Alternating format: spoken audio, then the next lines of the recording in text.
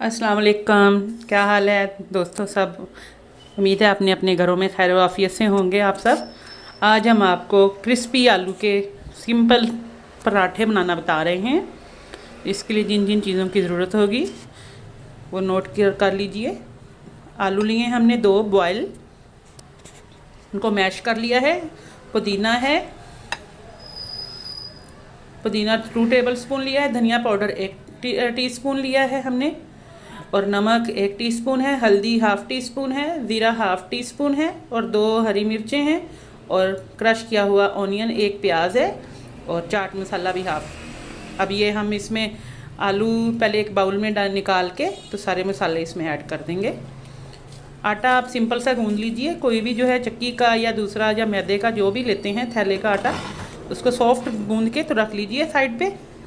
तो अब हम ये सारे मसाले डाल के तो इनको, अब मैंने हाथ को थोड़ा सा ऑयल लगाया है और इसको अच्छी तरह से मिक्स कर लूँगी। ऑयल लगाने का मकसद ये होता है, आपको एक बहुत अच्छी टिप दे रही हूँ। ऑयल आप जब लगाएंगे तो उससे ये है कि जब हरी मिर्चें इसके अंदर ऐड है, मसाले हैं, तो वो आपके हाथ को इरिटेट नहीं करेंगे, आपके हाथों में जलन नहीं होगी। तो चलिए अब ये हो गया। अब हमने आटा ले लिया, छोटे छोटे से हमने एक पेड़े बना लिए हैं, ये देखें। और मैं हाथों से इनको हल्का हल्का कॉर्नर जो है इनके एजिस जो हैं उनको हल्का हल्का दबा के इक्वल कर दूंगी। ठीक है, आपने किनारों को बारीक करना है, दरमियान से रोटी को बारीक नहीं करना।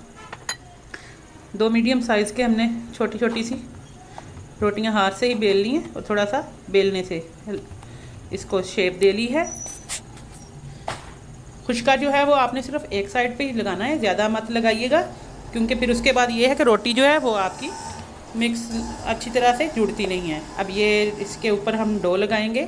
आलू का जो भुर्ता बनाया हुआ है हमने, या जो भी कह रहे हैं हम, आलू की पेस्ट, वो मैं चम्मच के 1 टेबलस्पून जितनी जो है भर के डाल रही हूँ। आप अपने हिसाब से देख लीजिएगा कितनी डालना चाहें आप।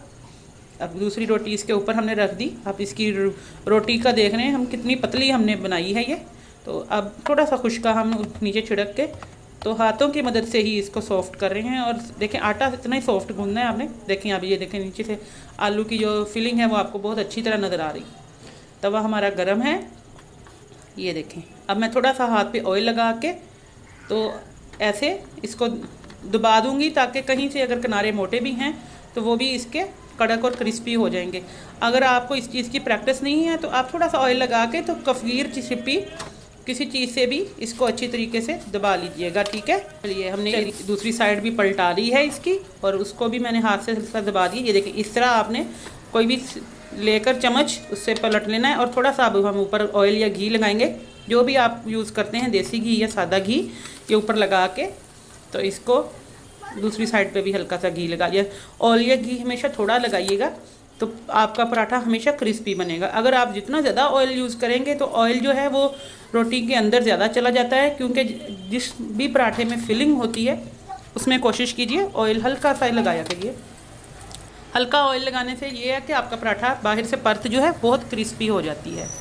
अब ये देखें, बहुत कड़क और क्रिस्पी सा हमारा बन रहा है। और आँच हमने बिल्कुल मीडियम रखी हुई है, बहुत ज़्यादा हाई फ्लेम नहीं रखा हुआ।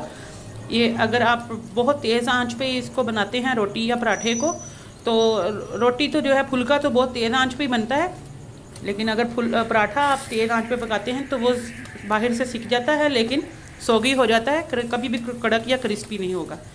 ये देखें, आपको परत दिखा रही मैं, ये देखें ये कितनी बारीक परत है इसकी। बेहतरीन सा हमारा पराठा जो है ये तैयार हो रहा है।